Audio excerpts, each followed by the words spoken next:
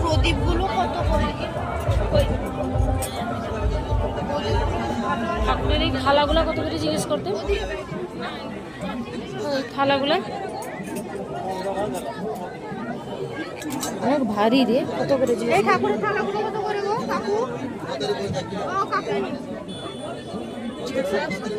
এলো কত করে?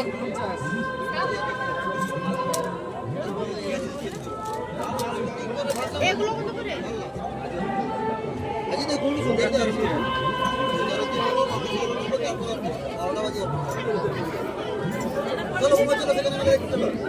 আগে এগুলো পড়তাম রে আর এইগুলো ভালো।